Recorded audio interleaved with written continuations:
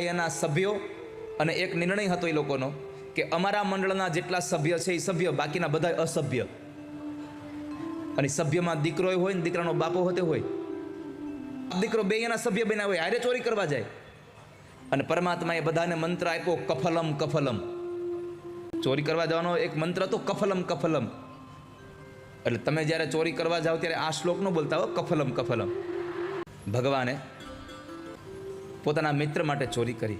પણ વાલા ભક્તજનો, ચોરી તો એને કરી કહેવાય જે આપણું ન હોય એને લઈ લઈએ ને, એને ચોરી કરી કહેવાય. આ સંસારમાં કઈ એવી ચીજ છે કે જેના પર પરમાત્માનો હક નથી?